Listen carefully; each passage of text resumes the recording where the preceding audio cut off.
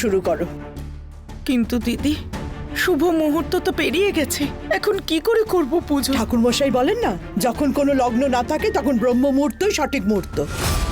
সবাই একটা কাজ করুন, ব্রহ্ম মুহূর্তে সবাই পুজো করে নিজেরা নিজেদের উপবাস তুলে নিন। হ্যাঁ দিদি, একদম ঠিক বলেছো তুমি।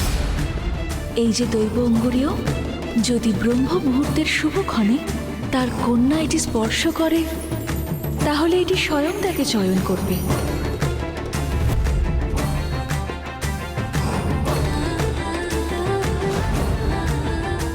আমার সঙ্গে যা যা অদ্ভুত সব ঘটনা ঘটছে, এই অশুভ শক্তির বাড়িতে প্রবেশ, তপস্যা, নেত্রা কাকি, এদের একে অপরের কিছু তো সম্পর্ক আছে। এই সব প্রশ্নের উত্তর আমি ব্রহ্ম মুহূর্তেই পেতে পারি স্বর্ণমিনের দেওয়া এই নেত্রা কাকির আংটির সাহায্যে।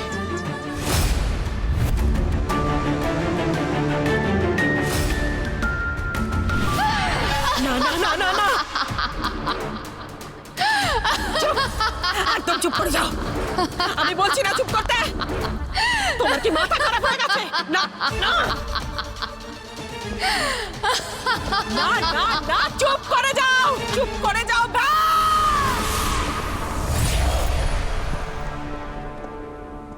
কি হয়েছে রানী কর্ণমোহিনী? দেখতে পাচ্ছিস না তুই?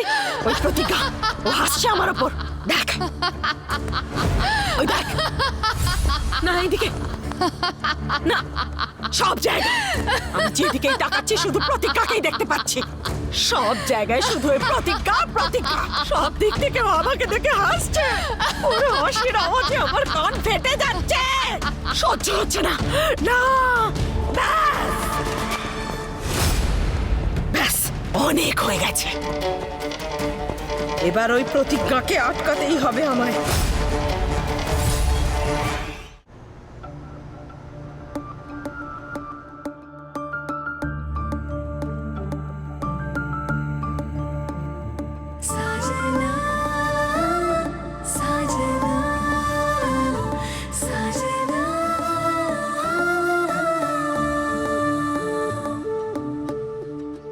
তুমিও কি আবার এই ব্রত রেখেছো নাকি?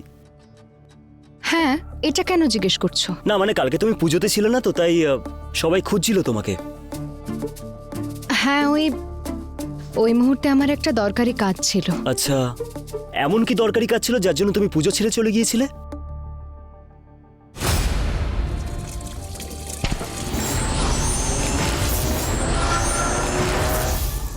আরে কি হয়েছে দিদি, কি ভাবছো তুমি? আরে দাদা যদি এখন না আসে, তুমি কি উপোস ভাঙবে না? 24 ঘন্টা হয়ে গেছে উপোস করছি, পেটে তো ছুঁচো ডন দিচ্ছে, এবার তো তোমার বিপি লো হবে।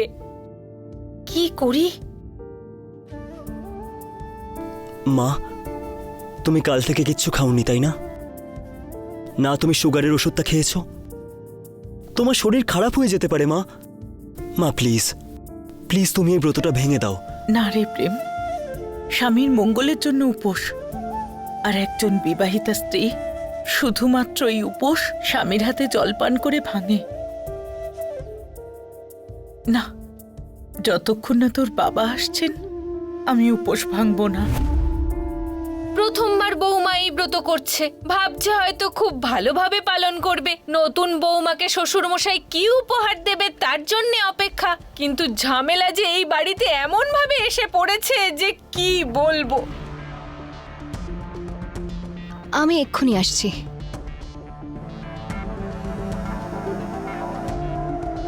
ওই স্বর্ণমোহিনী আমার সবকিছু আমার থেকে ছিনিয়ে নেওয়ার আগে আমায় ওকে মায়া বনে আনতেই হবে,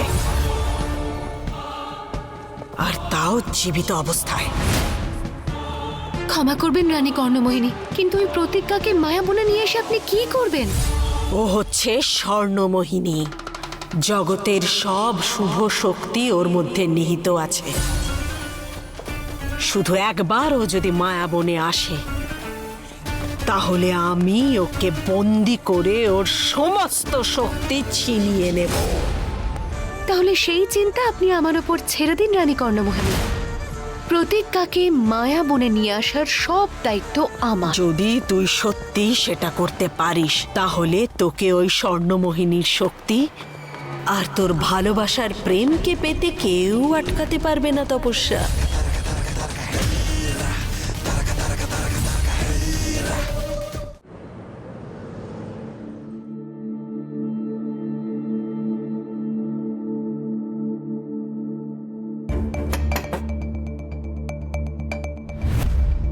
আমার আপনার সঙ্গে কিছু কথা আছে। তোমার সঙ্গে আমার কোনো কথা নেই, যাও এখান থেকে।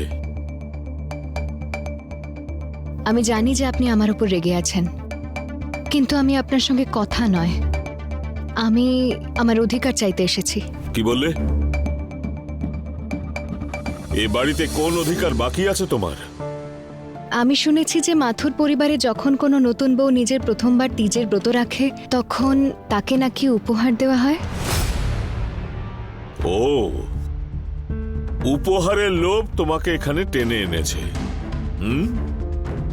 তোমার উপহার চাই, তাই তো?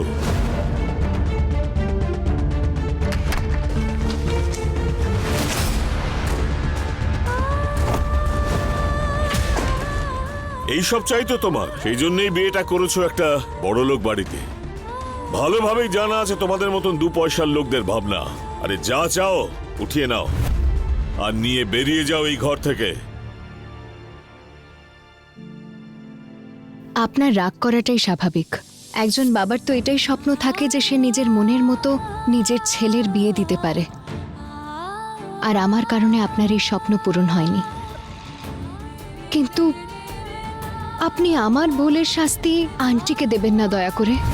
আমার এই টাকা পয়সা ধন দৌলত কিচ্ছু লাগবে না। যদি আমি সত্যিই কিছু চাই সেটা হলো এই পরিবারের খুশি। তাই আমি আপনাকে অনুরোধ করছি, আপনি প্লিজ নিচে চলুন আর নিজের হাতে আন্টির ব্রত ভাঙান। যোগ্যতা বলে তো কিছু নেই, বড় বড় কথা আছে। তোমার কি মনে হয় যে তোমার এই নাটক দেখে আমি একেবারে গলে যাব? এক মিনিট, তোমাকে প্রেমের মা পাঠিয়েছে? না তো আমি সে যাই হোক। নিজেই যার মনে তার স্বামীর জন্য কোনো সম্মান নেই, তার ব্রত উদযাপনেরও দরকার নেই। মা, যখন বাবার তোমার প্রতি কোনো কেয়ারই নেই তখন সেই মানুষটার জন্য কেন তুমি ব্রত করছো? তুই বুঝবি না প্রেম, স্বামী স্ত্রীর সম্পর্কে মনোমালিন্য তো হয়েই থাকে।